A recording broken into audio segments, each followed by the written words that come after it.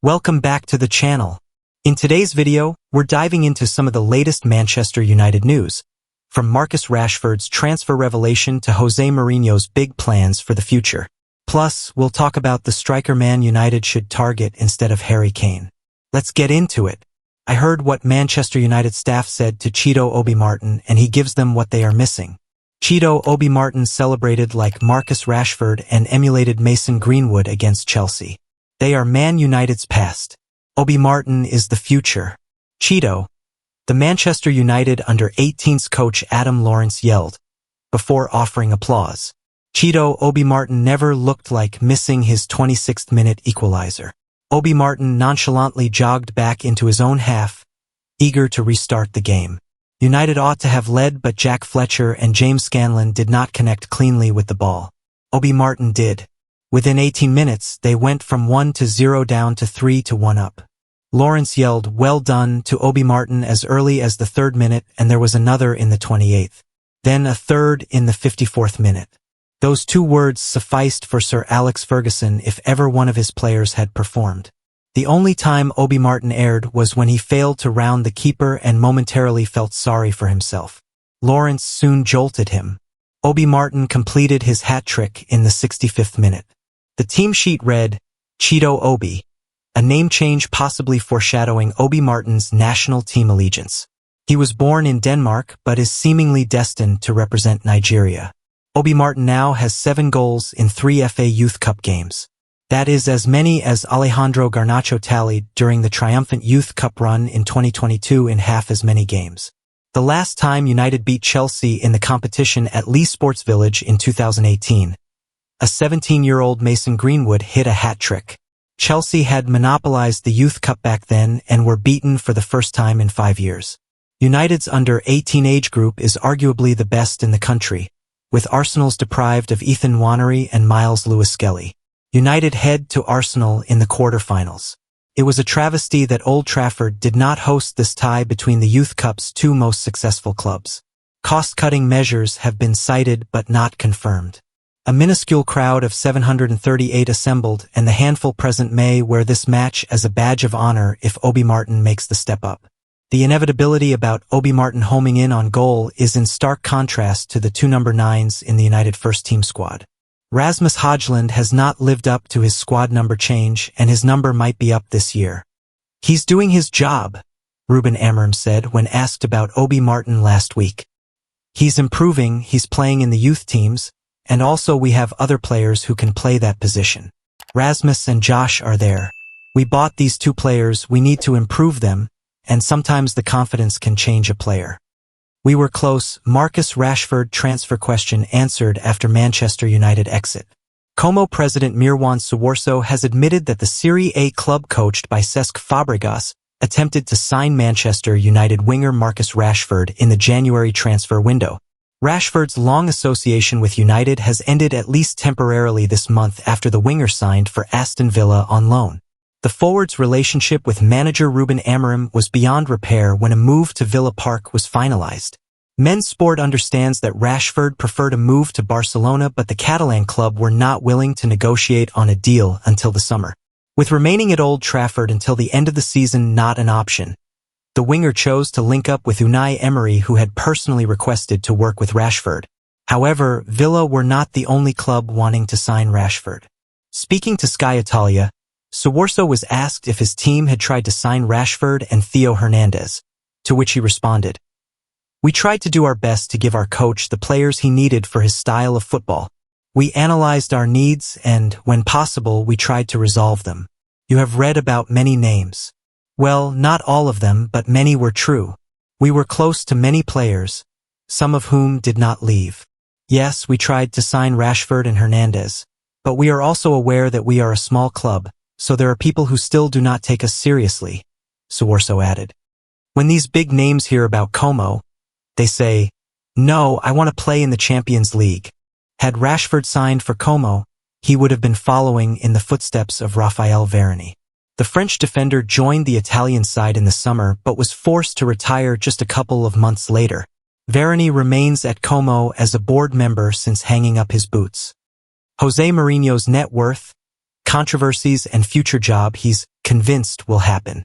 Few football managers have been box office material quite like Jose Mourinho. From his early days at Porto to his high-profile stints at Chelsea, Real Madrid, Manchester United, and Tottenham, the self-proclaimed Special One has enjoyed immense success. His career has seen him win domestic league titles in Portugal, England, Italy, and Spain, while his Champions League wins with Porto in 2004 and Inter Milan in 2010 cemented his reputation as one of the best in the business. However, Mourinho's tenures often end in acrimony, with boardroom disputes and dressing room fallouts becoming a recurring theme, with his career punctuated by dramatic exits, public clashes, and controversy. Now managing Fenerbahce, Mourinho continues to remain an impactful presence on the touchline, but tension is never too far away. Football is certainly never dull when Mourinho is around.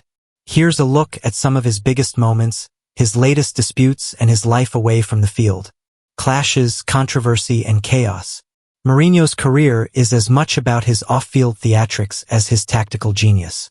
His infamous respect outburst in a Manchester United press conference and his heated touchline clashes have become part of his iconic status, along with the night he snuck into Chelsea's dressing room in a laundry basket to deliver a team talk while banned from entering by UEFA. He has had bitter feuds with fellow managers, such as Arsene Wenger and Pep Guardiola, adding spice to their crunch showdowns. Mourinho also once poked then Barcelona assistant Tito Vilanova in the eye during a hot-tempered El Clasico in a recent Istanbul derby against Galatasaray, which Fenerbahce lost 3-1. Mourinho suffered one of his most humiliating moments as his opponents mocked him on social media with a fake book cover titled The Crying One, a play on his Special One moniker.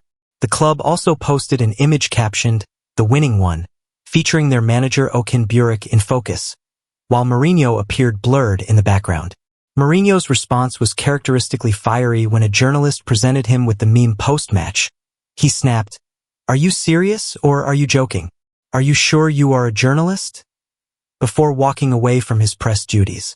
It would not be the first nor the last time Mourinho would clash with the media. His relationships with players have also been turbulent. From benching high-profile stars to publicly criticizing squad members, Mourinho's man-management style often divides opinion. While some players thrive under his leadership, others have found themselves sidelined. Referee outrage. Mourinho's frustration with Turkish refereeing reached new heights recently, following Fenerbahce's 3-2 win over Trabzonspor. The Portuguese coach launched a furious attack on VAR official Attila Karaoglan, accusing him of neglecting crucial moments in the match. Man United told to snub Harry Kane for devastating striker who silenced Old Trafford. Manchester United have been urged to prioritize a deal for Alexander Isak over Harry Kane, though an agreement with Newcastle United will be very difficult to reach. Man United currently have two centre-forwards in their senior squad, Rasmus Højlund and Joshua Zirkzee. Ruben Amorim wants the club to spend big on a top new striker this summer, though as he holds concerns over both Højlund and Zirkzee. Højlund's confidence appears to be at an all-time low as he has only scored twice in 19 Premier League games this season. Zirkzee, meanwhile, is improving, but he is unlikely to ever be the lethal goal-scorer United need. Major Premier League clubs including United, Arsenal and Tottenham Hotspur have been linked with Bayern Munich ace Kane amid news of his release clause falling to £54 million, €64.7 million /$67 million, in January 2026. But former Old Trafford striker Teddy Sheringham has named Isak as a perfect solution to United's goal-scoring issues, though he has also cast doubt over whether such a transfer would reach completion. The problems all started 2 years ago when they didn't make a bid for Harry Kane, the best available centre-forward, the leader of football, and a professional at the top of his game, Sheringham said, via Metro. That's what Manchester United used to do.